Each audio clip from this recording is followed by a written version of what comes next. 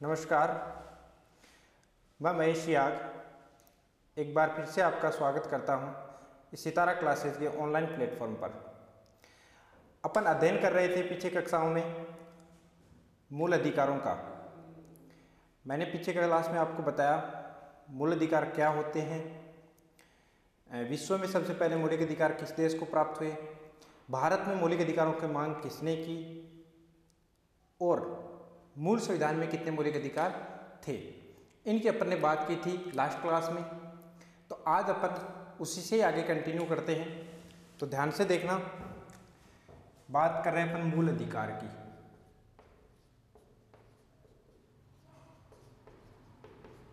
Fundamental rights, ये भाग number तो कितने में है मैंने बताया था 3 में। बात करता है अनुच्छेद की, तो अनुच्छेद 12 से लेके और 35 तक, अनुच्छेद 12 से लेके 35 तक 7 मौलिक अधिकार मूल संविधान में थे, लेकिन वर्तमान में बताया कितने हो गए हैं, 6 हो चुके हैं। अब वो 6 मौलिक अधिकार कौन कौन से हैं उनकी बात भी अपन ने की। तो आज अपन क्या करेंगे, पॉइंट टू पॉइंट एक एक अनुच्छेद को कवर करते हुए चलेंगे। तो ध्यान से समझना, बिल्कुल बेसिक से पढ़ेंगे अपन, छोटी छोटी चीज़ों को कवर करते चलेंगे। तो सबसे पहले आएगा अपना अनुच्छेद नंबर 12। अनुच्छेद 12 क्या बोलता है, क्योंकि 12 से 35 तक है तो 12 से कंटिन्यू करके हमें 35 तक पढ़ने हैं। तो अनुच्छेद 12 क्या बोलता है, अनुच्छेद बोलता 12 राज्य की परिभाषा। राज्य क्या होता है, राज्य क्या होता है या राज्य किसे कहते हैं, वो सारी बातें किस में आएंगी, अनुच्छेद 12 में आएंगी। अनुच्छेद 12 में कवर करेंगे। तो अनुच्छेद 12 में क्या है, राज्य की परिभाषा। राज्य की परिभाषा कौन से अनुच्छेद में है, 12 में। अब राज्य क्या होता है, राज्य क्या होता है वो सारी चीज़ अगर अपन देखें तो राज्य किसको कहते हैं, संघ, संघ की विधायिका एवं कार्यपालिका किस में आएंगे, राज्य में आएंगे। संघ की मतलब केंद्र की विधायिका और कार्यपालिका, राज्य की विधायिका और कार्यपालिका किस में आएंगी, राज्य में आएंगी। ऐसी स्थानीय स्वशासन, अगर पंचायत स्तर पे अपन बात करें तो स्थानीय स्वशासन, अगर शहरीकरण पे अपन शहर पे बात करें तो नगर पालिका या नगर निगम, वो किस में आएंगी, राज्य में आएंगी।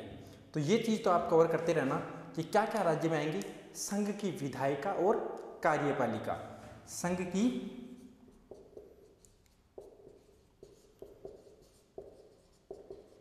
विधायिका एवं कार्यपालिका,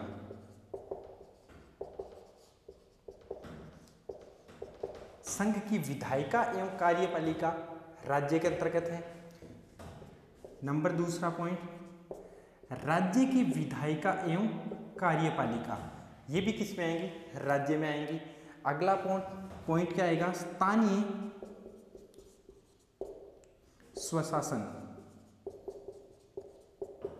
स्थानीय स्वशासन भी किस में आएगा, स्थानीय शासन बोल सकते हैं इसको, स्थानीय शासन भी किस में आएगा, पंचायत स्तर पे अगर बात करें तो वो भी राज्य है, वो भी किस में, राज्य में। नगर निगम ये भी किस में है, राज्य में है। तो राज्य क्या होता है, राज्य की अगर परिभाषा पूछता है तो केंद्र की विधायिका एवं कार्यपालिका, राज्य की विधायिका एवं कार्यपालिका, स्थानीय शासन और नगर निगम ये किस में आएंगे, राज्य में आएंगे। पूछता है निम्न में से कौन सा पॉइंट राज्य के अंतर्गत नहीं आता है, ये सवाल आता है, ये सवाल पूछा जाता है। तो कौन सा पॉइंट नहीं आता है, वो चीज़ें अपन ने यहाँ की है। अब कुछ और पॉइंट हैं वो भी किस में आते हैं, राज्य में आते हैं। जैसे सरकार की शक्तियों का प्रयोग करने वाली सभी संस्थाएं किसके अंतर्गत आएंगी, राज्य के अंतर्गत आएंगी। सरकार की शक्तियों का प्रयोग करने वाली सभी संस्थाएं राज्य कहलाती है। सभी संस्थाएं, चाहे वो डायरेक्ट रूप से प्रयोग कर रही हो या इनडायरेक्ट रूप से, किसी भी प्रकार से अगर वो सरकार की शक्तियों का उपयोग कर रही है तो वो किसके अंतर्गत आएगी, राज्य के अंतर्गत। जैसे अगर अपन बात करें तो ये पॉइंट जो हैं ये पूछते हैं, ये पॉइंट पूछे जाते हैं। LIC, LIC किसके अंतर्गत आती है, राज्य। BSNL, BSNL भी किसके अंतर्गत आती है, राज्य के अंतर्गत आती है। मैं बात करूं विश्वविद्यालय, जो सरकारी विश्वविद्यालय हैं वो भी किसके अंतर्गत आते हैं, राज्य के अंतर्गत आते हैं। एक आपने नाम सुना होगा भारतीय सांख्यिकी संगठन, भारतीय सांख्यिकी संगठन,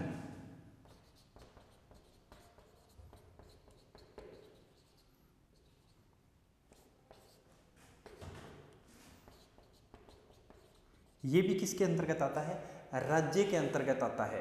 किसके अंतर्गत, राज्य के, मतलब राज्य सरकार की या सरकार की शक्तियों का प्रयोग करने वाली सभी संस्थाएं किसके अंतर्गत आती हैं, राज्य के अंतर्गत आती हैं। उसको क्या बोला जाता है, राज्य बोला जाता है। समझ में आई बात। जैसे LIC, BSNL, भारतीय सांख्यिकी संगठन, भारतीय पेट्रोलियम निगम भी किसके अंतर्गत आता है, इसके अंतर्गत राज्य। तो भारतीय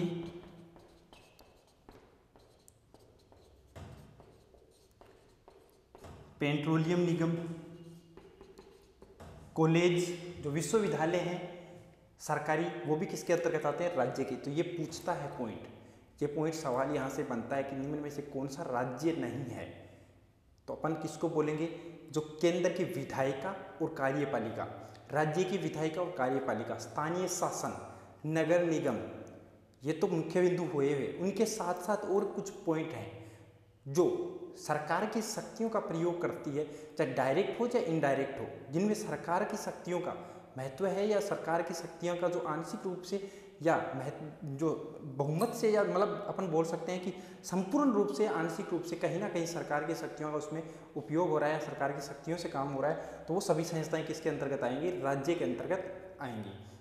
अपन कुछ उदाहरण देखें, जैसे LIC होता है, BSNL होता है, भारतीय सांख्यिकी संगठन होता है, जैसे विश्वविद्यालय, ये ऐसे ये पॉइंट हैं, ये किसके अंतर्गत आते हैं, अनुच्छेद 12 के अंतर्गत राज्य कहलाएंगे। क्या, राज्य। तो अनुच्छेद 12 क्लियर हुआ।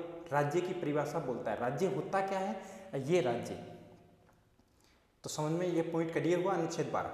चलते हैं अनुच्छेद 13 की तरफ, धीरे धीरे पढ़ेंगे, एक एक पॉइंट को क्लियर करते चलेंगे। आगे बात करते हैं अनुच्छेद 13 की। अनुच्छेद 13 क्या बोलता है, सबसे इंपॉर्टेंट है अनुच्छेद 13, ध्यान देना इस बात पे। अनुच्छेद 13 है वो इंपॉर्टेंट पॉइंट है।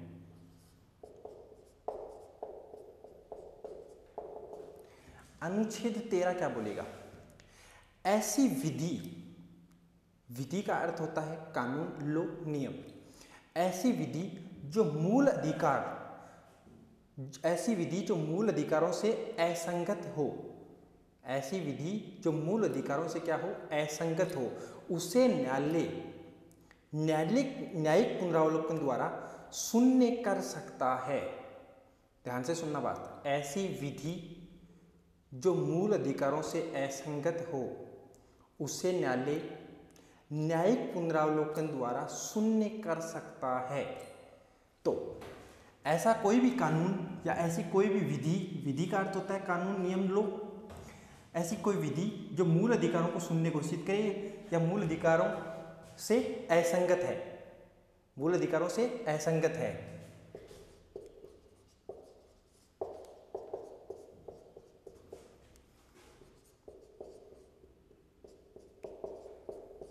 जो मूल अधिकारों से असंगत है, उसे न्यायालय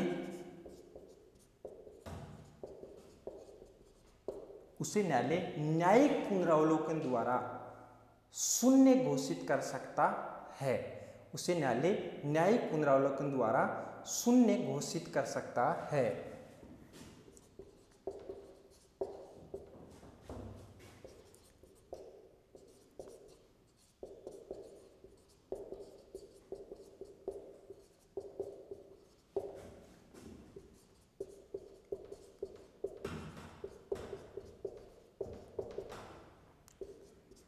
पॉइंट समझ में आया कि ऐसा कोई भी कानून जो मूल अधिकारों से असंगत है उसे न्यायालय न्यायिक पुनरावलोकन द्वारा शून्य घोषित कर सकता है। अब ऐसी विधि कौन कौन सी विधियों की बात कर रहा है वो तो पॉइंट आएगा आगे, लेकिन कब कब बनाई गई उन विधियों की बात करता है। तो सबसे पहले अनुच्छेद 13(1) इसके पार्ट हैं। अनुच्छेद याद करने का सबसे अच्छा तरीका है कि इसके जो पॉइंट है वो पॉइंट क्लियर करते चले। आराम से याद कर सकते हो। बहुत सारे स्टूडेंट के ये कमेंट्स आते हैं कि सर इतने सारे अनुच्छेद कैसे याद होंगे, इतने सारे अनुच्छेद कैसे याद होंगे, कैसे याद करेंगे। तो याद करने का इनका सबसे बेस्ट तरीका ये कि है कि इनका पॉइंट टू पॉइंट है वो क्लियर करते चलो। जितने पार्ट हैं अनुच्छेद के, उन पार्ट को आप अगर ध्यान से देखोगे तो आराम से आप चीज़ को कवर कर सकते हो। कि अनुच्छेद 13 एक ही बात बोलता है कि ऐसी कोई भी कानून है जो मौलिक अधिकारों से असंगत है, उसे न्यायालय क्या कर सकता है, न्यायिक पुनरावलोकन द्वारा शून्य घोषित कर सकता है। अब वो कौन कौन से कानून या विधि कब बनी उनके बारे में बोल रहा है, और कौन कौन सी विधि आएंगी उनके बारे में बात करता है। तो वो पॉइंट अब पढ़ते हैं अपन। तो ये चीज़ अनुच्छेद 13 में जो बात है वो समझ में आई। अब आएगा अनुच्छेद 13(1). अनुच्छेद 13(1) क्या बोलता है, इसके जो पॉइंट हैं वो पॉइंट अपन साथ साथ में कवर करते चलेंगे। मैंने बताया एक एक पॉइंट को अपन पढ़ेंगे, छोड़ेंगे नहीं बिल्कुल भी। कोई भी चीज़ इधर उधर नहीं करेंगे, बिल्कुल सब चीज़ें क्लियर करते हुए चलेंगे।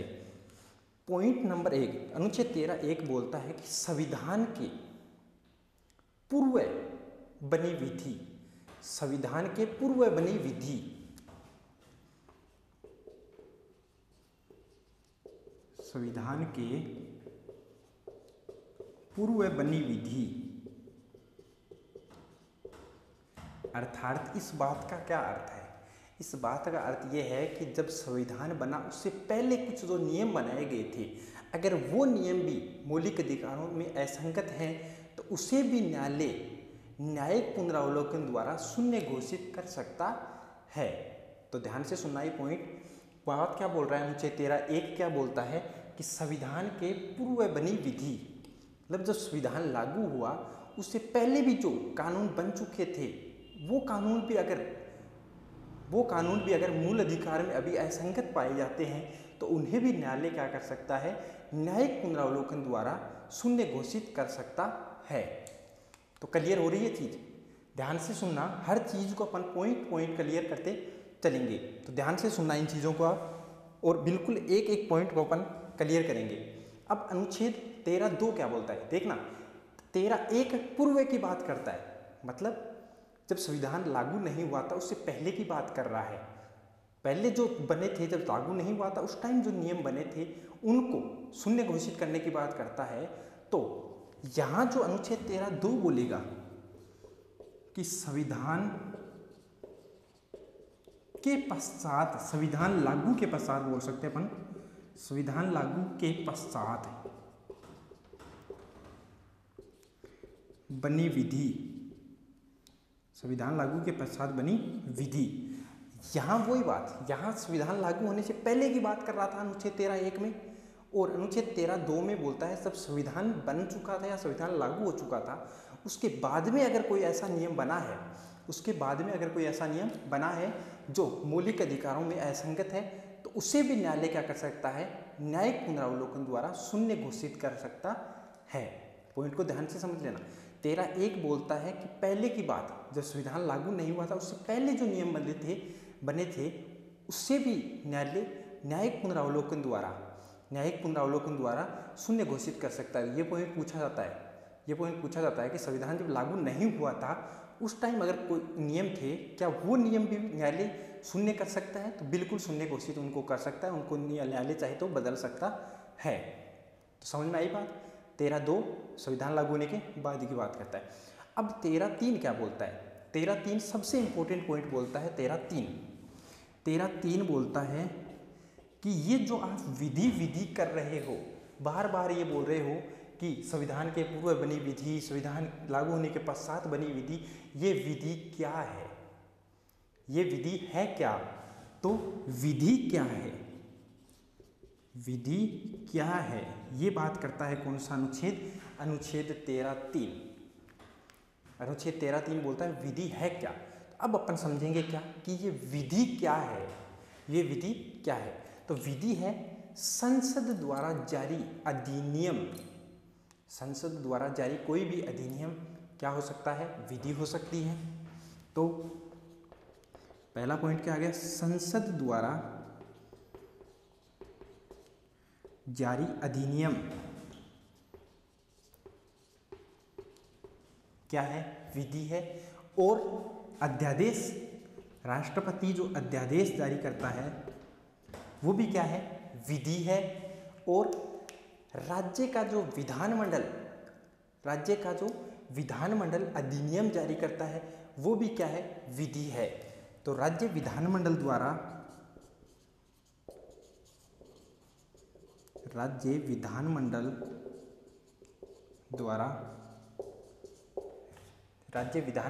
जारी अधिनियम, राज्य विधानमंडल द्वारा जारी अधिनियम भी क्या है, विधि है। क्या है, विधि है। और क्या आएगा, और कोई सरकारी आदेश, अन्य कोई सरकारी आदेश है वो भी किसके अंतर्गत आएगा, विधि के अंतर्गत आएगा, नियम के अंतर्गत आएगा, कानून के अंतर्गत आएगा, लॉ के अंतर्गत आएगा। तो अन्य सरकारी आदेश आदि अपन कर सकते हैं ETC कि और भी ऐसे कोई जिससे कानून बनता है, कोई पॉइंट हो सकते हैं जिनसे कानून बनता है, वो किसके अंतर्गत आएंगे, विधि के अंतर्गत आएंगे।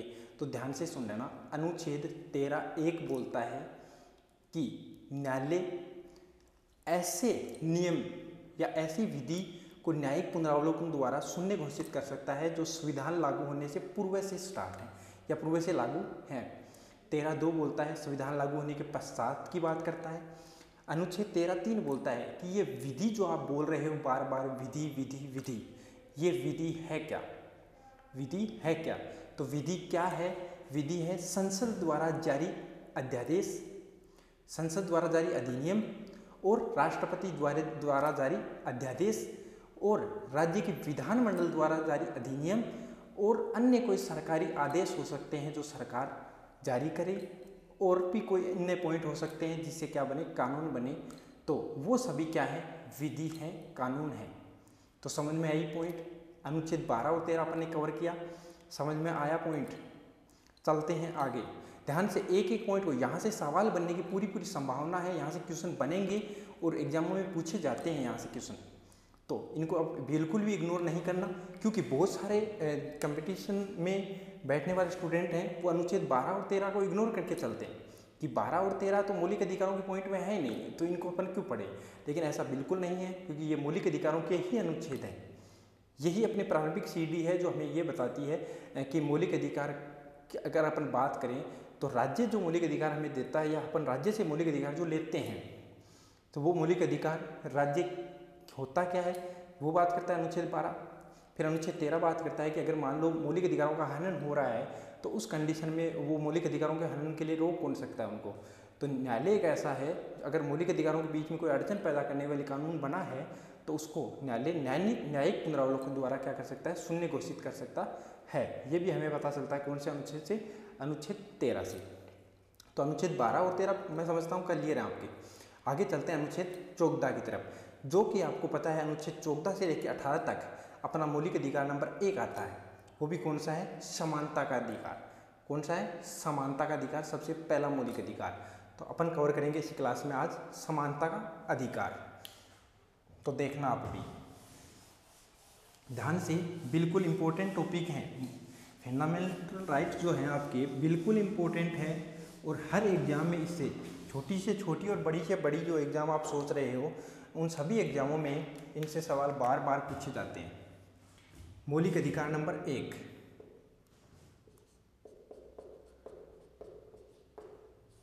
समानता का अधिकार। अनुच्छेद 14 से लेके 18 तक, इसका मतलब अनुच्छेद 14 भी समानता के अधिकार में है, 15, 16, 17, 18 इन सभी की बात करेंगे अपन। तो ध्यान से देखना, सबसे पहले मौलिक अधिकार में आएगा अनुच्छेद नंबर 14। समानता के अधिकार में सबसे पहला अनुच्छेद आएगा 14। ध्यान से समझना, इसमें समानता की बात करेगा, सभी अनुच्छेदों में समानता की ही बात करेगा। ध्यान से समझना, अनुच्छेद 14 एक बात बोलता है क्या, कि विधि के समक्ष समानता। विधि पॉइंट मैंने पहले बता दिया, विधि का अर्थ होता है कानून, नियम, लॉ। विधि के समक्ष समानता, ध्यान देना, इसमें 2 पॉइंट आते हैं। एक पॉइंट है विधि के समक्ष समानता, विधि के समक्ष समानता, सबसे पहला यहाँ से एक सवाल बनता है कि अनुच्छेद 14 में क्या है, विधि के समक्ष समानता, या विधि के समक्ष समानता कौन से अनुच्छेद में है, तो अनुच्छेद 14 में। इंपॉर्टेंट सवाल यहाँ से बनता है कि ये बात आपने कहाँ से सीखी है। समानता का अर्थ आप सब समझते हो, विधि का मतलब कानून, मतलब कानून के समक्ष सब समान है, कानून के समक्ष सब समान है, या कानून सबके साथ समान व्यवहार करेगी, ये बात अनुच्छेद कौन सा बोलता है, 14 बोलता है। तो ये चीज़ तो आप सब समझते हो, लेकिन ये बात आपने सीखी कहाँ से है, कहाँ से ली है ये बात आपने ली है कहाँ से, इंग्लैंड से ली है, ब्रिटेन से ली है। एक सवाल यहाँ क्लियर होता है कि विधि के समक्ष समानता जो है वो बात आपने कहाँ से ली है, इंग्लैंड से ली है। इसी में एक पॉइंट और है, वो मैं आपको आगे बताऊंगा, इसी में अनुच्छेद 14 में ही है। पहला ये समझना आप, विधि के समक्ष समानता, 14 बोलता है कि कानून के समक्ष सब समान है। क्या ये पॉसिबल हो सकता है? क्या ये संभव है कि कानून सबके साथ समान व्यवहार करे? मान लो एक ऐसा नियम बनता है, एक ऐसा कानून बनता है, सरकार जारी करती है कि कोई भी महिला हो, बच्चा हो, सामान्य व्यक्ति हो या कोई विकलांग हो, सभी को भारत में रहने के लिए 100 मीटर की रेस 10 सेकंड में पार करनी अनिवार्य है। मान लो विधि के समक्ष समानता की बात चल रही है यहाँ पे, तो एक नियम बनता है, ऐसा एक नियम बनता है भारत में कि भारत में रहने के लिए हर व्यक्ति को, जो यहाँ का चाहे महिला हो, पुरुष हो या विकलांग हो या सामान्य व्यक्ति हो कोई, उसको हर व्यक्ति को 100 मीटर रेस 10 सेकंड में पार करनी अनिवार्य है। ऐसा पॉसिबल हो सकता है क्या? बिल्कुल भी ऐसा पॉसिबल नहीं है, क्योंकि सामान्य व्यक्ति हो सकता है 10 सेकंड में पार कर ले इस रेस को, लेकिन जो विकलांग है वो इम्पॉसिबल है, वो यहाँ मतलब इस चीज़ को फाइट नहीं कर सकता। तो इस सब के लिए ये चीज़ें क्या नहीं हो सकती, समान नहीं हो सकती। सबके लिए ये चीज़ें क्या नहीं हो सकती, समान नहीं हो सकती। तो कानून सबके लिए समान नहीं हो सकता। हाँ, एक ही कंडीशन की अगर बात करें अपन कि भाई एक व्यक्ति है वो अमीर है, एक व्यक्ति है वो गरीब है, दोनों ने एक साथ चोरी की, तो वहाँ पे दोनों को अलग अलग सज़ा नहीं मिलनी चाहिए। तो वो चीज़ तो अलग है, वो चीज़ तो अलग है। लेकिन जब बात करें अपन कानून की, तो कानून यहाँ अगर सबके लिए समान बन रहा है, तो कुछ ऐसे कानून भी होते हैं, ऐसे नियम भी होते हैं जो सब पे एक साथ एक जैसे लागू नहीं हो सकते।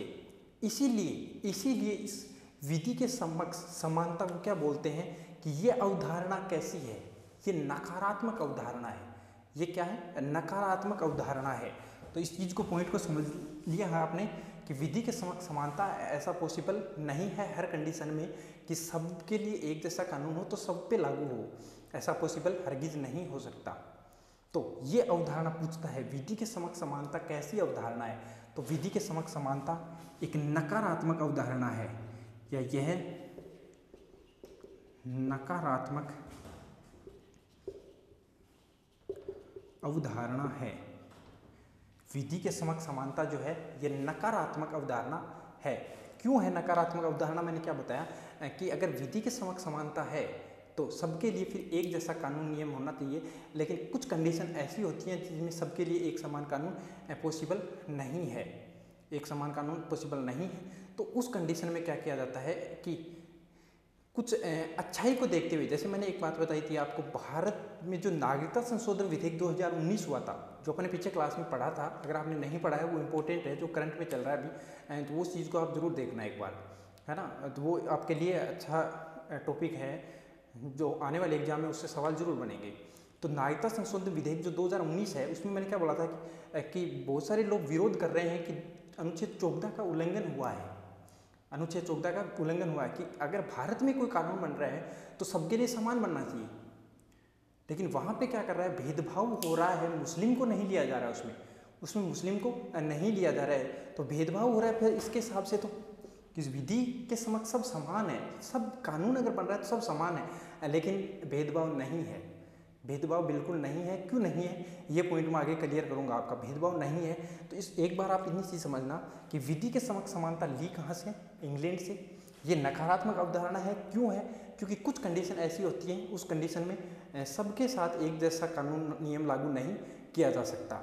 तो एक दूसरा पॉइंट भी है अनुच्छेद 14 में, एक दूसरा पॉइंट भी है, वो क्या है? विधियों का समान संरक्षण, विधियों का समान संरक्षण। ये पॉइंट भी अच्छा पॉइंट है इसमें, और ये इंपॉर्टेंट भी है इसमें। विधियों का समान संरक्षण,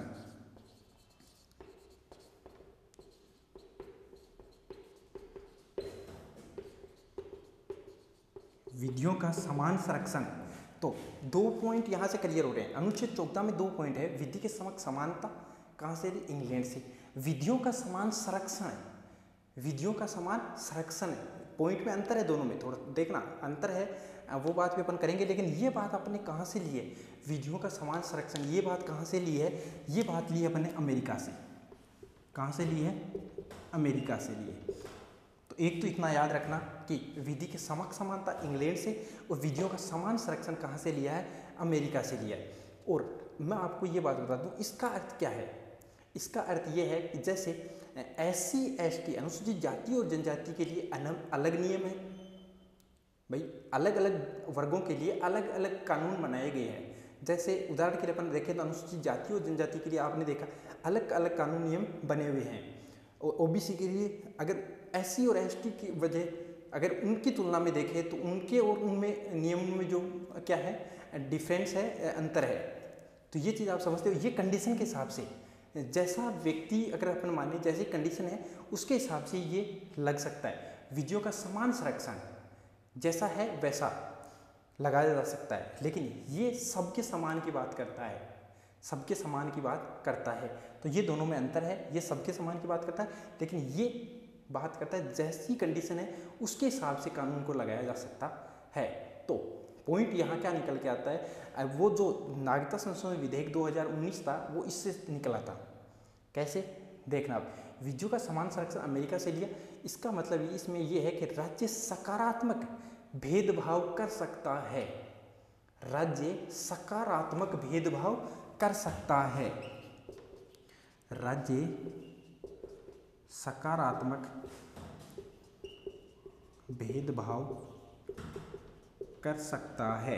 ये चीज ध्यान रखना कि अनुच्छेद 14 में विधियों का समान संरक्षण है, वहां पे ये बोला गया है कि राज्य कोई ऐसा संशोधन कर सकता है जिसे अच्छा कार्य हो, जिसे अच्छा कार्य हो। जैसे इसी पॉइंट से तो निकल के आया कि भारतीय नागरिकता संशोधन विधेयक 2019 इसी से निकल के आया कि सकारात्मक संशोधन हो रहा है वहाँ पे, तो भेदभाव राज्य कर सकता है।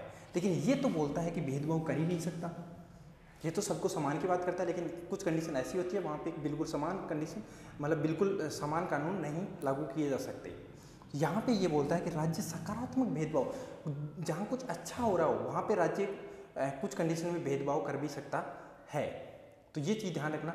इसकी जो अवधारणा थी वो नकारात्मक अवधारणा थी विधि के समक्ष समानता की, लेकिन इसकी जो अवधारणा है वो कैसी अवधारणा है? सकारात्मक अवधारणा है। कैसी है? सकारात्मक। तो कुछ क्लियर हुए पॉइंट? कुछ क्लियर? अनुच्छेद 14 में प्रॉब्लम नहीं है। डायरेक्ट सवाल आता है जब आप राजस्थान पुलिस, पटवार इनकी एग्जाम देते हो तो डायरेक्ट सवाल पूछते हैं कि विधि के समक्ष समानता कौन से अनुच्छेद में? अनुच्छेद 14। कहाँ से लिए? इंग्लैंड से लिए। वो विधियों का समान संरक्षण अमेरिका से लिया, ये भी अनुच्छेद 14 में ही है। ये चीज़ ध्यान रखना। अंतर क्या है? जो अंतर है मैंने ये बात आप क्लियर कर दी है। नकारात्मक सकारात्मक ये चीज़ भी थोड़ा सा आप ध्यान में रखना इस चीज़ को। ठीक है, चलते हैं अगले पॉइंट की तरफ। अनुच्छेद 15 अगला अनुच्छेद आएगा इसमें, अनुच्छेद 15। अनुच्छेद 15 क्या बोलता है?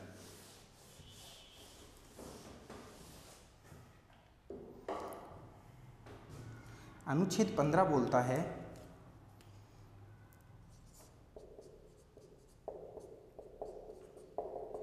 अनुच्छेद 15 बोलता है कि 5 पॉइंट देगा वो, 5 पॉइंट देगा। राज्य, जाति, धर्म, मूल मतलब मूल स्थान जहाँ से वो बिलोंग करता है, मूल स्थान मतलब राज्य, जाति, धर्म, मूल स्थान, लिंग और क्या आएगा यहाँ पे?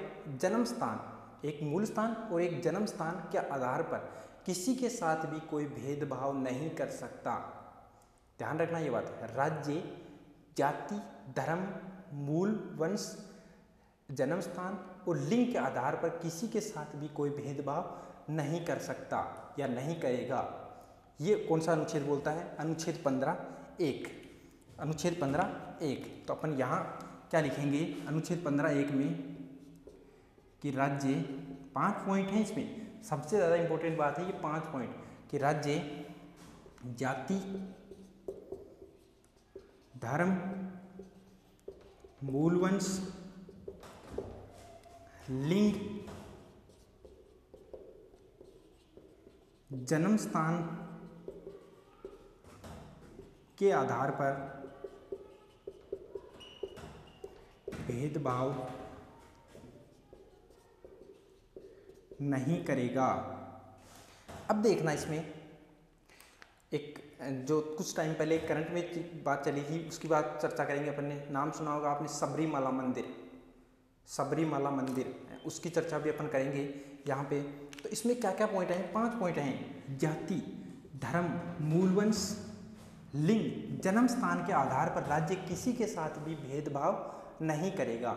मतलब कोई किस कास्ट का है इस आधार पर राज्य भेदभाव नहीं कर सकता। धर्म क्या है उसका, हिंदू है, मुस्लिम है, सिख है, ईसाई है, मतलब इसके आधार पे भेदभाव नहीं करेगा। मूलवंश, वंश, उसके आधार पे भी कोई भेदभाव नहीं होगा। लिंग, वो स्त्री है, पुरुष है, कोई भेदभाव नहीं होगा। जन्म स्थान, वो कहाँ से बिलोंग करता है, मतलब कहाँ से, वो राजस्थान का है, यूपी का है, बिहार का है, झारखंड का है, गुजरात का है, इस बात से भी राज्य को कोई लेना देना नहीं है। राज्य इसके आधार पर भी किसी के साथ भेदभाव नहीं कर सकता है।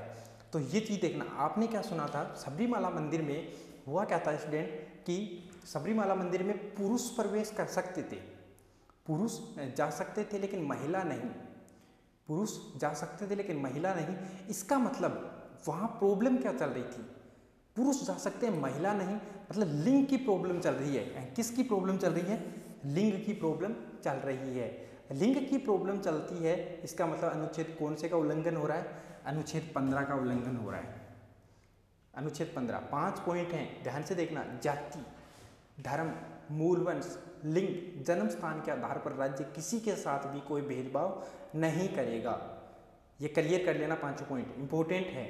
पूछता है किसके आधार पर भेदभाव नहीं करेगा राज्य। आगे कुछ 7 पॉइंट भी आएंगे, वो भी मैं आपको बताऊंगा। 7 पॉइंट भी आएंगे, लेकिन यहाँ आपको अनुच्छेद 15 में 5 पॉइंट याद रखने हैं। अनुच्छेद 15 में 5 पॉइंट याद रखने हैं कि राज्य जाति, धर्म, मूलवंश, लिंग और जन्म स्थान के आधार पर किसी के साथ कोई भेदभाव नहीं करेगा।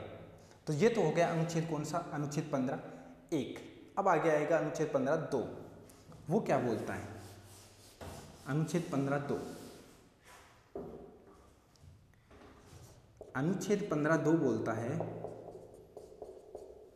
कि राज्य ऐसे निजी स्थान, राज्य ऐसे निजी स्थान जैसे होटल,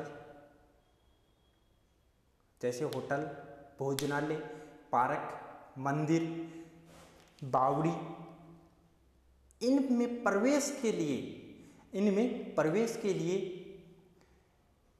जाति, धर्म, मूल वंश, लिंग और जन्म स्थान के आधार पर किसी से कोई भेदभाव नहीं करेगा। ध्यान रखना कि राज्य निजी संस्थान, होटल, मनोरंजन स्थल, भोजनालय, पार्क, बावड़ी, मंदिर, इन ऐसी जगहों पे राज्य प्रवेश के लिए जाति, धर्म, मूलवंश, लिंग और जन्म स्थान के आधार पर किसी के साथ कोई भेदभाव नहीं करेगा। ये कौन सा अनुच्छेद बोलता है? अनुच्छेद 15(2) कि राज्य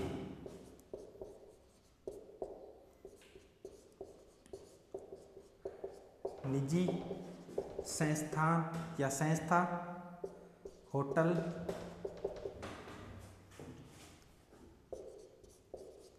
भोजनालय, बावड़ी,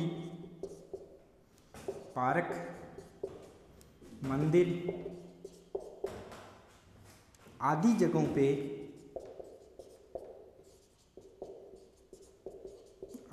पर प्रवेश के लिए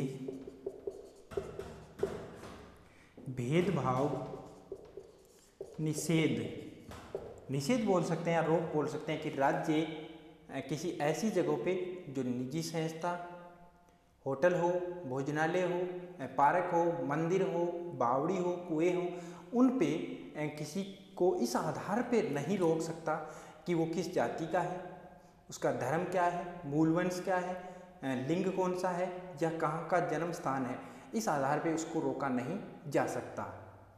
तो समझ में आई बात। अनुच्छेद 15(2) समझ में आया कि राज्य ऐसी जगहों पे किसी को जाने से नहीं रोक सकता।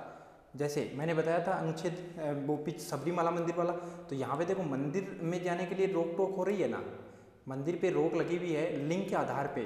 तो वो कौन से अनुच्छेद का उल्लंघन हो रहा था, अनुच्छेद 15 का उल्लंघन हो रहा था। ये बात अपने की है पहले, समझ में आई बात। आगे चलते हैं अनुच्छेद 15(3) की तरफ। 15(3) क्या बोलता है, तो ये पॉइंट साथ साथ में आप लिखते जाना, इम्पोर्टेंट है, कवर करते जाना। यहाँ से हर एग्जाम में सवाल पूछते हैं, हर एग्जाम में सवाल पूछते हैं। अनुच्छेद 15(3), अनुच्छेद 15(3) क्या बोलता है कि राज्य महिलाओं एवं बच्चों के कल्याण के लिए, राज्य महिलाओं एवं बच्चों के राज्य महिलाओं एवं बच्चों के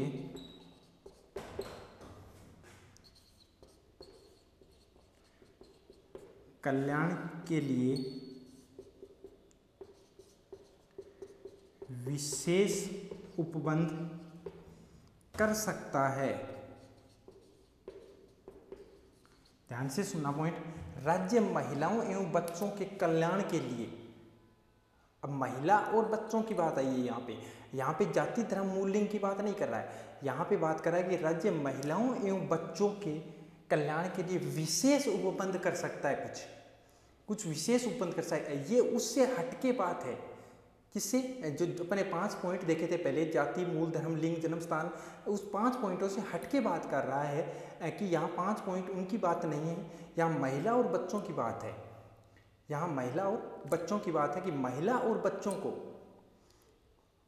इनको अगर विशेष कुछ प्रावधान देने हैं तो उसके लिए राज्य अलग से व्यवस्था कर सकता है। ये सवाल पूछते हैं, ये पूछते हैं कि महिलाओं एवं बच्चों के लिए जो राज्य विशेष उपबंध देता है वो कौन से अनुच्छेद के तहत है, या विशेष उपबंध की व्यवस्था कर सकता है, तो वो है अनुच्छेद 15(3).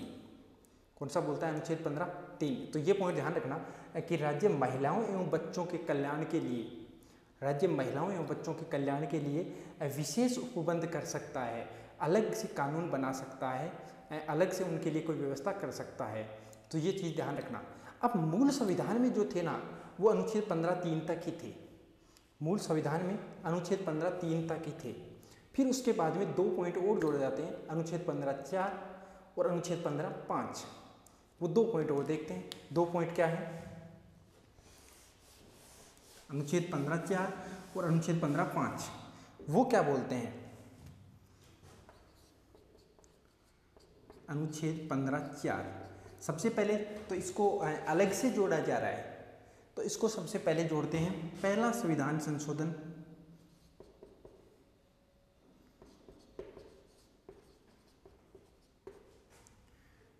फर्स्ट हुआ संविधान संशोधन, पहला संविधान संशोधन 1951 में इसे जोड़ा गया। कब जोड़ा गया, पहला संविधान संशोधन 1951 में इसे जोड़ा गया। इसमें है क्या, इसमें क्या बोलता है, ये बोलता है कि राज्य सामाजिक एवं शैक्षणिक, राज्य सामाजिक एवं शैक्षणिक स्तर में पिछड़े हुए वर्गों के लिए विशेष उपबंध कर सकता है। राज्य सामाजिक एवं शैक्षणिक, राज्य सामाजिक एवं शैक्षणिक विषयों में पिछड़े हुए वर्गों के लिए विशेष उपबंध कर सकता है। मतलब जो कमजोर वर्ग है, एक तरफ से अपन ये मान सकते हैं जो कमजोर वर्ग हैं उनको शिक्षा के क्षेत्र में या शिक्षण संस्थाओं में विशेष उपबंध की व्यवस्था उनके लिए की जा सकती है, आरक्षण की व्यवस्था की जा सकती है। तो अपन क्या बोलेंगे कि शिक्षण संस्थाओं में इसको क्या करेंगे, ये पहला संविधान संशोधन है ना, फर्स्ट संविधान संशोधन 1951 में इसको जोड़ा गया। शिक्षण संस्थाओं में आरक्षण की व्यवस्था बोल सकते हैं अपन कि राज्य ऐसे वर्ग जो पिछड़े हुए हैं, ऐसे वर्ग जो पिछड़े हुए हैं सामाजिक और शैक्षणिक क्षेत्र में, उनके लिए शिक्षण संस्थाओं में आरक्षण की व्यवस्था कर सकता है। कौन? राज्य। कौन से अनुच्छेद के तहत? अनुच्छेद 15(4) के तहत। फिर आता है अनुच्छेद 15(5). अनुच्छेद 15(5). अनुच्छेद 15(5) भी बाद में जोड़ा जाता है। इसे 93वां संविधान संशोधन 93वां संविधान संशोधन 2005 में जोड़ते हैं। सबसे पहला पॉइंट तो ये पूछता है कि अनुच्छेद 15(5) को कब जोड़ा गया, तो इसे 93वां संविधान संशोधन 2005 में इसे जोड़ा गया संविधान। और इसके तहत सेम वही बात करता है, सामाजिक एवं शैक्षणिक क्षेत्र में जो पिछड़ा वर्ग है उनके आरक्षण की बात करता है। लेकिन यहाँ बात करता है जैसे IIT, बड़े स्तर की मतलब उच्च स्तर की शिक्षा, उच्च शिक्षण संस्थाओं में आरक्षण की व्यवस्था की बात करता है। उच्च शिक्षण संस्थाओं में आरक्षण की व्यवस्था। तो ध्यान देना, यहाँ पे नॉर्मल जो सामान्य कैटेगरी में शिक्षण संस्थाएं आती हैं उनमें आरक्षण की बात करता है अनुच्छेद 15(4), और यहाँ पे उच्च शिक्षण संस्थाएं जो बड़े लेवल पे जो शिक्षण संस्थाएं हैं उनमें आरक्षण की बात करता है। कौन सा? अनुच्छेद 15(5). अनुच्छेद 15(5). तो इसे 93वां संविधान संशोधन 2005 में जोड़ा गया। तो क्लियर हुए। आपने अनुच्छेद 12 पढ़ा, अपने 13 पढ़ा, उसके बाद में जो समानता का अधिकार है अपने वो लिया, उसके अनुच्छेद 14 पढ़ा और अनुच्छेद 15 पढ़ा। तो कोई समस्या है, प्रॉब्लम है? आगे चलते हैं और आगे अपना अनुच्छेद कौन सा आएगा? अनुच्छेद नंबर 16। अब अनुच्छेद नंबर 16 की बात अपन जब करें तो अनुच्छेद नंबर 16 बोलता है लोक नियोजन में समान अवसर की समानता। लोक नियोजन में समान अवसर की समानता, ये बात करेंगे अनुच्छेद नंबर 16 में अपन। अब अपन पढ़ेंगे क्या? अनुच्छेद 16। अनुच्छेद 15 तक अपन ने बात कर ली है, अब अनुच्छेद 16 की बात करें। 15 के जितने पॉइंट थे मैंने वो बताया आपको। 15(3) तक मूल संविधान में थे, उसके बाद में 15(4), 15(5) बाद में जोड़े गए। तो समझ में आई बात? आगे चलते हैं अनुच्छेद 16 की तरफ। समानता के अधिकार में चल रहे हैं अपन। अनुच्छेद 16 क्या बोलता है? अनुच्छेद 16 बोलता है लोक नियोजन में समान अवसर की समानता। लोक नियोजन में समान अवसर की समानता, इसके भी पॉइंट हैं। तो अनुच्छेद 16(1). अनुच्छेद 16(1) क्या बोलता है कि लोक नियोजन में, आप समझ रहे होंगे लोक नियोजन क्या है, इसका अर्थ भी अपन पता करेंगे, इसका बताऊंगा। लोक नियोजन में समान अवसर की समानता। लोक नियोजन का अर्थ होता है सरकारी नौकरी, सरकारी जॉब। लोक नियोजन में समान अवसर, सबको समान अवसर मिले। सरकारी नौकरियों में, सरकारी जॉब में सबको अवसर मिले, सबको जो आरक्षण मिलता है समान मिले। जो आरक्षण की बात है वो अपन आगे करेंगे, लेकिन एक बार के लिए अपन जो स्टार्ट कर रहे हैं अनुच्छेद 16 को, तो यहाँ पे अपन क्या देखते हैं कि लोक नियोजन में सबको अवसर मिले समान, कि हर बंदा अगर किसी भी सरकारी नौकरी में रिक्वायरमेंट है तो वहाँ पे सभी बंदे जा सकते हैं। तो एक चीज़ तो यहाँ क्लियर हो गई कि लोक नियोजन मतलब सरकारी नौकरी में समान अवसर, सबको समान अवसर मिले, सबको समान मौका मिले वहाँ पे जाने का। अब वो आरक्षण कितना मिलता है किसको, वो बात करेंगे आगे। तो अनुच्छेद 16(1) कवर हो गया यहाँ पे कि लोक नियोजन में मतलब सरकारी नौकरी में समान अवसर की समानता। कौन सा अनुच्छेद बोलता है? अनुच्छेद 16(1). 16(2) क्या बोलता है? ये इससे भी ज़्यादा इम्पोर्टेंट है। इसके जो पॉइंट निकल के आते हैं ना, ये आप ध्यान से समझ लेना, ये पॉइंट इंपॉर्टेंट है कि लोक नियोजन में 16(2) क्या बोलता है? लोक नियोजन में धर्म, पांच तो वही होंगे, मैंने क्या बताया 7 पॉइंट होंगे, इसमें 5 पॉइंट तो वही होंगे। धर्म, जाति, पहले तो वो लिख लेते हैं, मूलवंश, लिंग, धर्म, जाति, मूलवंश, लिंग, जन्म स्थान,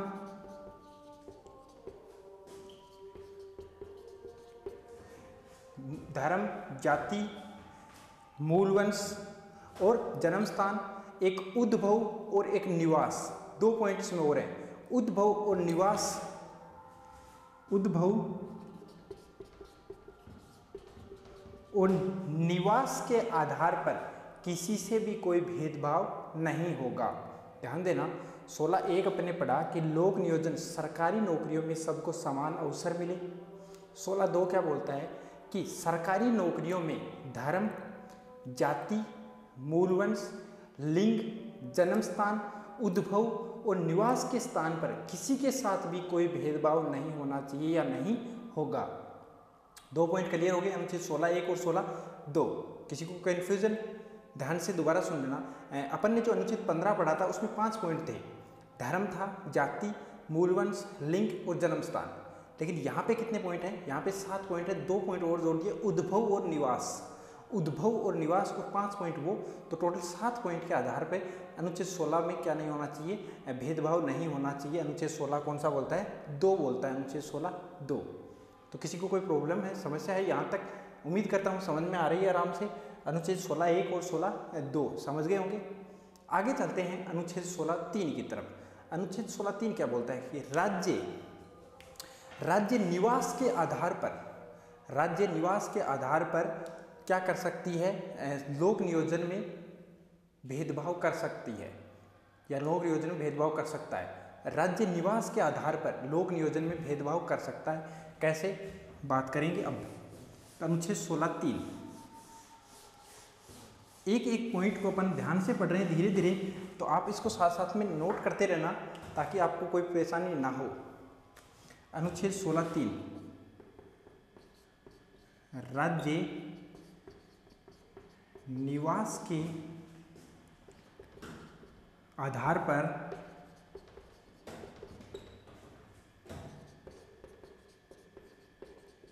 भेदभाव कर सकता है। कि मान लो किसी राज्य में लोक नियोजन मतलब सरकारी जो नौकरियां हैं उनमें वहाँ के रहने वाले लोगों को प्राथमिकता दी जाती है। सबसे पहले वहाँ के रहने वाले लोगों को उस सरकारी नौकरी में भर्ती किया जाएगा। तो वो निवास के स्थान पे क्या कर रहे हैं? वहाँ पे भेदभाव कर सकते हैं। लेकिन ऐसा नियम अगर बना है या बनाना चाह रहे हैं कि भेदभाव करना है, तो ऐसा नियम भी कौन बनाएगा? ऐसा नियम कौन बना सकता है? ये पॉइंट पूछता है। राज्य सरकार बना सकती है या केंद्र सरकार? तो ऐसा नियम कौन बना सकता है? ऐसा नियम कौन बना सकता है? संसद बना सकती है।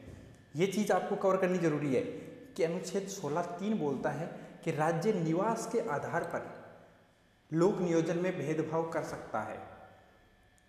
सकता है, लेकिन ऐसा नियम बनाएगा कौन? तो ऐसा नियम कौन बनाता है? ऐसा नियम संसद बना सकती है।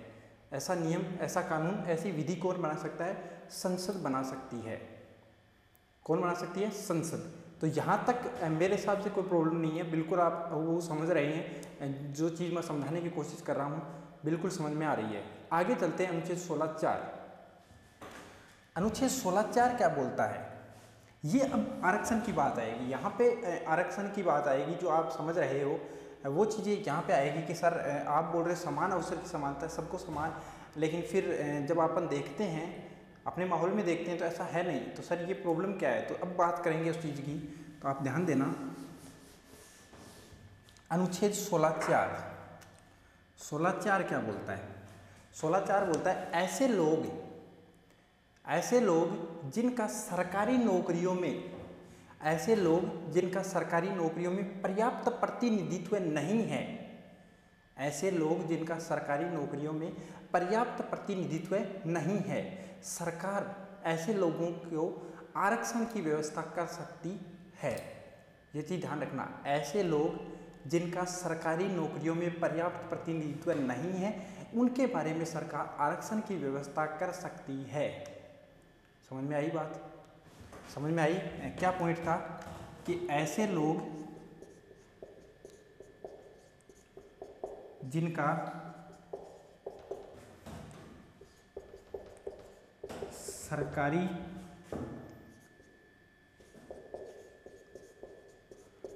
नौकरियों में पर्याप्त प्रतिनिधित्व नहीं है तो उनके लिए सरकार आरक्षण की व्यवस्था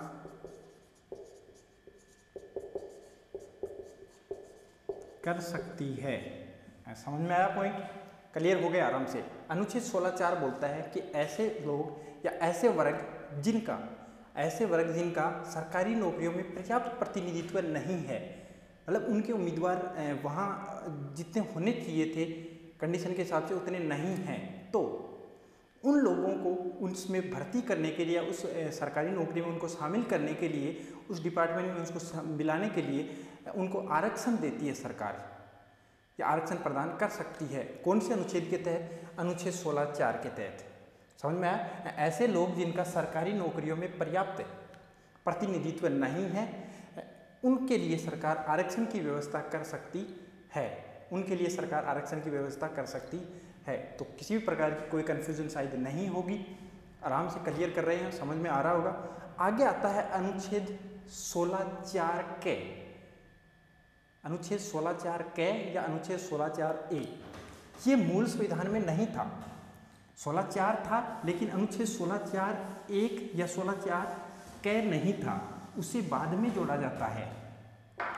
अनुच्छेद 16(4) के, ये पहले तो ये जोड़ा कब जाता है? तो ये जोड़ा जाता है 77वां संविधान संशोधन 1995 में। इसे 77वां संविधान संशोधन 1995 में इसे जोड़ा जाता है कि अनुच्छेद 16(4) के को कौन से संविधान संशोधन द्वारा जोड़ा गया? तो 77वां संविधान संशोधन 1995 में इसे जोड़ा गया। इसमें क्या करता है? इसमें अनुसूचित जाति और जनजाति के लिए, जो कैंडिडेट है उनकी पदोन्नति में आरक्षण की बात करता है। अनुसूचित जाति और जनजाति के, SC और ST के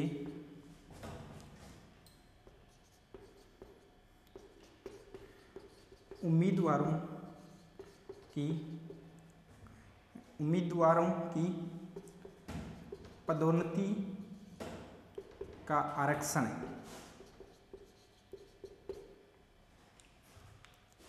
SC और ST के जो कैंडिडेट हैं, SC और ST के किसी डिपार्टमेंट में कैंडिडेट हैं, तो उनकी पदोन्नति का जो आरक्षण दिया जाएगा पदोन्नति में, उनमें वो आरक्षण की बात कौन सा अनुच्छेद करता है? अनुच्छेद 16(4) के। इसे 77वां संविधान संशोधन 1995 में जोड़ा गया। ये थोड़ा सा इम्पोर्टेंट है। क्यों है? क्योंकि ये पदोन्नति की बात करता है। दुर्लभ वर्ग या निम्न वर्ग, अनुसूचित जाति और जनजाति के जो कैंडिडेट हैं उनकी पदोन्नति में आरक्षण की बात करता है। कौन सा अनुच्छेद? अनुच्छेद 16(4) के।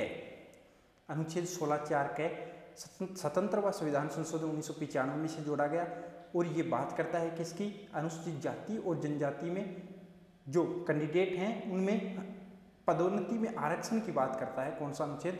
अनुच्छेद 16(4) के 1, या के बोल सकते हो, या अनुच्छेद 16(4)(a) बोल सकते हो। तो समझ में आई बात? आगे आएगा अनुच्छेद 16(5). ये इतना कुछ खास इंपॉर्टेंट तो नहीं है, पर फिर भी अपन कंटिन्यू कर रहे हैं, एक अनुच्छेद को पढ़ रहे हैं, तो पढ़ते हैं 16(5).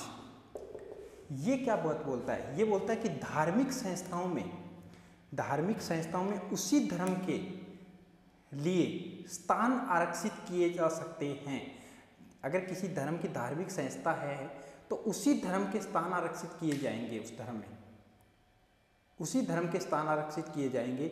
ये बात बोलता है अनुच्छेद 16(5) कि धार्मिक संस्थाओं में उसी धर्म के स्थान आरक्षित किए जाएंगे या किए जा सकते हैं। धार्मिक संस्थाओं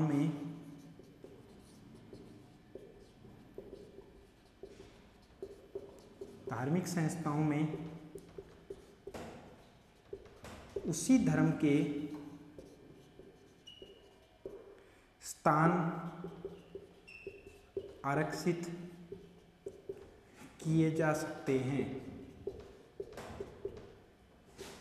ये बोलता है अनुच्छेद 16(5) कि धार्मिक संस्थाओं में उसी धर्म के लिए स्थान आरक्षित किए जा सकते हैं, उसी धर्म के कैंडिडेटों के लिए स्थान आरक्षित किए जा सकते हैं।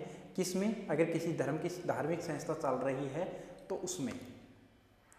तो ये थी अनुच्छेद 16 की बात। सबसे पहला अनुच्छेद 16(1) अपने क्या पढ़ा कि लोक नियोजन में सबके लिए समान अवसर की समानता। अनुच्छेद 16(2) बोलता है कि किसी के साथ भी कोई भेदभाव नहीं होगा लोक नियोजन में। कब? 5 पॉइंट तो वो कि धर्म, जाति, मूल, लिंग या जन्म स्थान के आधार पर, उसके साथ उद्भव और निवास और जोड़ दिया। अनुच्छेद 16(3) बोलता है कि राज्य निवास के आधार पर किसी के साथ लोक नियोजन में भेदभाव कर सकता है, लेकिन ऐसी कंडीशन में नियम कौन बनाएगा? संसद। 16(4) क्या बोलता है कि ऐसे लोग जिनका सरकारी नौकरियों में क्या नहीं है, पर्याप्त प्रतिनिधित्व नहीं है, तो उनके लिए राज्य क्या बना सकता है? आरक्षण की व्यवस्था कर सकता है। अनुच्छेद 16(4) कै पढ़ा अपन, उसे 77वां संविधान संशोधन 1995 में जोड़ा गया और इसमें क्या लिखा गया कि अनुसूचित जाति और जनजाति के कैंडिडेटों की जो पदोन्नति में आरक्षण की व्यवस्था की बात कही गई है। और अनुच्छेद 16(5) बोलता है कि धार्मिक संस्थाओं में उसी धर्म के लिए स्थान आरक्षित किए जा सकते हैं। अब आगे पढ़ेंगे अपन अनुच्छेद 17। अनुच्छेद 17 क्या बोलता है? अनुच्छेद 17 इंपॉर्टेंट भी है, पूछा भी जाता है। मौलिक अधिकारों के मोस्टली अपन देखें तो सभी अनुच्छेद हैं वो इंपॉर्टेंट हैं। अनुच्छेद 17 बोलता है अस्पृश्यता का अंत।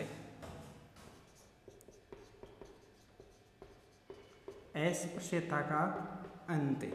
अस्पृश्यता का अंत कहीं ना कहीं, अस्पृश्यता का मतलब छुआछूत से अपन कर सकते हैं कि ऊंच नीच छुआछूत किसी भी प्रकार की नहीं होनी चाहिए। इस चीज़ को क्या कहिए? समाप्त की जाए। ये चीज़ जोड़ी गई अनुच्छेद 17 में मौलिक अधिकारों में। समानता की बात करता है तो फिर छुआछूत की बात क्यों? अगर बात समानता की है तो छुआछूत बिल्कुल भी नहीं होनी चाहिए। इसीलिए अस्पृश्यता से संबंधित अगर नियम कानून बनाने हैं तो नियम बनाएगा कौन? अगर भेदभाव हो रहा है, अस्पृश्यता मतलब छुआछूत की बात हो रही है, तो नियम बनाएगा कौन? बनाएगा कौन? संसद बनाएगी। नियम कौन बनाएगा? संसद। आर्टिकल मतलब अनुच्छेद नंबर 35 के तहत। तो ये चीज़ ध्यान रखना कि अस्पृश्यता संबंधित नियम बनाएगा तो कौन? संसद। किस अनुच्छेद के तहत? अनुच्छेद 35 के तहत। किसके तहत? अनुच्छेद 35 के तहत। संसद ने एक बार एक ऐसा अधिनियम पारित भी किया था, आपको पता हो तो ऐसा अधिनियम पारित किया था, अस्पृश्यता अपराध अधिनियम 1955। अस्पृश्यता अपराध अधिनियम 1955। तो ये चीज़ भी आप ध्यान रखना, अस्पृश्यता अपराध अधिनियम 1955। तो अगर कोई व्यक्ति छुआछूत का मामला होता है या अस्पृश्यता की बात करता है तो उसके तहत अस्पृश्यता अपराध अधिनियम 1955 बनाया गया है उसके लिए। उसमें जो सजा का प्रावधान है, दंड का प्रावधान है, वो सारी चीज़ें कहाँ की निम्नलिखित है? अस्पृश्यता अधिनियम 1955 में। तो ये चीज़ ध्यान रखना कि अनुच्छेद 17 बोलता है अस्पृश्यता का अंत, मतलब छुआछूत खत्म होनी चाहिए या छुआछूत नहीं होनी चाहिए, बंद होनी चाहिए। सरकार ये बोलती है बंद होनी चाहिए।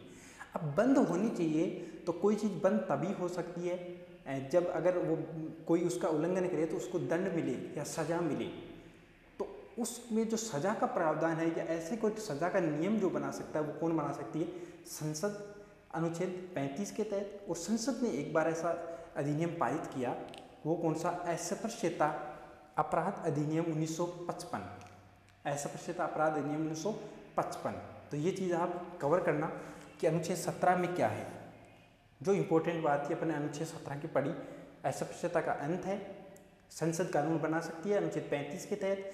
और एक बार जो पारित किया अधिनियम वो कौन सा है?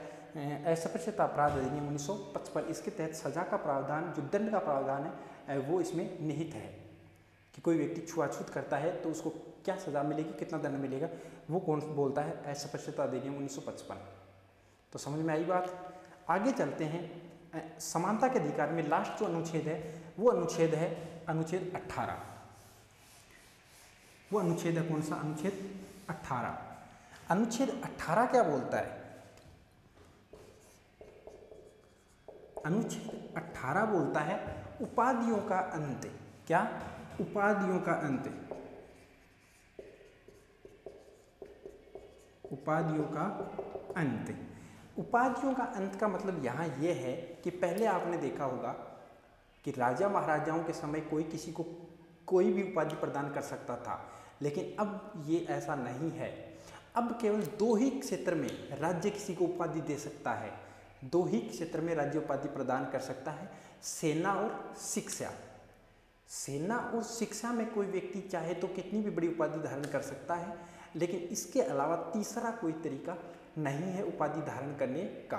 तो 2 पॉइंट अपने पास बचे हैं, सेना और शिक्षा। सेना व शिक्षा, इन 2 को छोड़ के राज्य किसी भी क्षेत्र में किसी व्यक्ति को उपाधि नहीं दे सकता।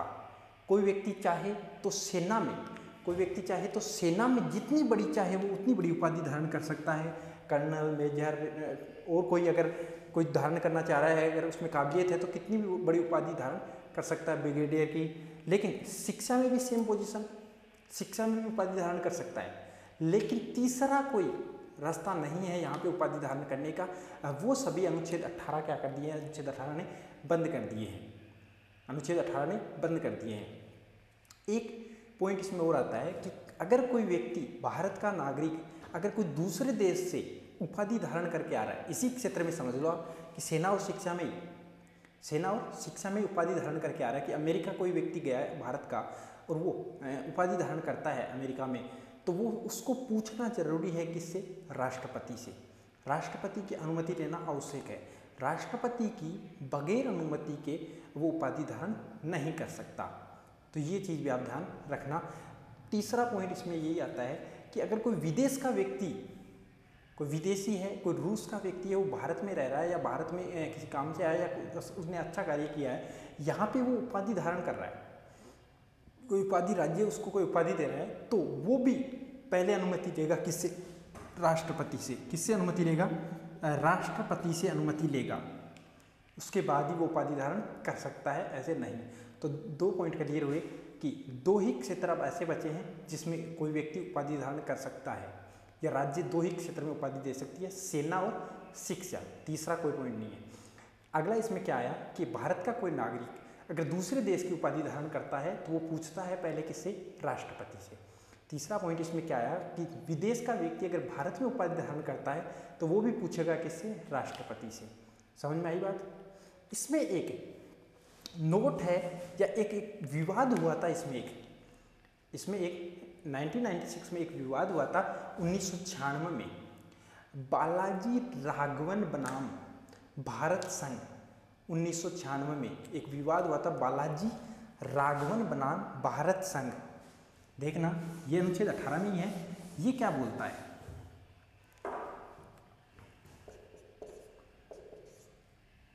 ये बोलता है बालाजी राघवन बनाम भारत संघ। ये होता कब है? ये होता है 1996 में। इसके तहत सुप्रीम कोर्ट ने क्या बोला? इसके तहत सुप्रीम कोर्ट ने बोला कि भारत रत्न,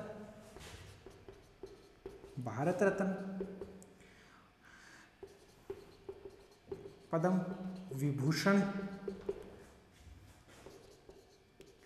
पद्म श्री, भारत रत्न, पद्म विभूषण, पद्म श्री, पद्म भूषण, ये जो पुरस्कार हैं ये उपाधि शब्द से अलग रखे गए हैं, अर्थात ये उपाधि के अंतर्गत नहीं माने जाएंगे। ध्यान देना, एक विवाद हुआ था, कोर्ट में एक मामला गया था बालाजी राघवन बनाम भारत संघ। उसमें सुप्रीम कोर्ट ने एक निर्णय दिया, क्या दिया कि भारत रत्न, पद्म भूषण, विभूषण और पद्म श्री पुरस्कार जो हैं ये पुरस्कार हैं, ना कि ये क्या है? उपाधि हैं। इनका कोई व्यक्ति अगर इन्हें कोई प्राप्त करता है ये पुरस्कार, तो इनका कोई व्यक्ति अपने नाम के आगे या पीछे उपयोग नहीं कर सकता, मतलब अपने नाम के आगे या पीछे नहीं लगा सकता, यूज नहीं कर सकता इनका। तो ध्यान से समझना, ये पॉइंट पूछते हैं कि बालाजी राघवन बनाम भारत संघ मामला कब हुआ? 1996 में हुआ। किससे संबंधित है? उपाधि या अनुच्छेद 18 से संबंधित है। इसमें बोला क्या गया? इसमें बोला गया कि भारत रत्न, पद्म भूषण, विभूषण और पद्मश्री ये जो पुरस्कार हैं ये उपाधि नहीं है या इनको उपाधि शब्द से अलग रखा गया है। ये क्या है? पुरस्कार हैं, क्योंकि ये प्राप्त है, मतलब जो व्यक्ति इनको प्राप्त करता है वो व्यक्ति अपने नाम के आगे या पीछे इनका प्रयोग नहीं कर सकता, अर्थात ये उपाधि नहीं है, ये क्या है? पुरस्कार है। तो समझ में आई बात? अनुच्छेद 18 दो ही क्षेत्र हैं जिनमें उपाधि मिल सकती है, सेना और शिक्षा, तीसरा कोई क्षेत्र नहीं है। अब कोई तीसरी उपाधि धारण नहीं कर सकता, इन क्षेत्र में जितनी बड़ी चाहे उतनी बड़ी उपाधि धारण कर सकता है। तो उम्मीद करता हूँ ये सेशन आपको अच्छा लगा होगा।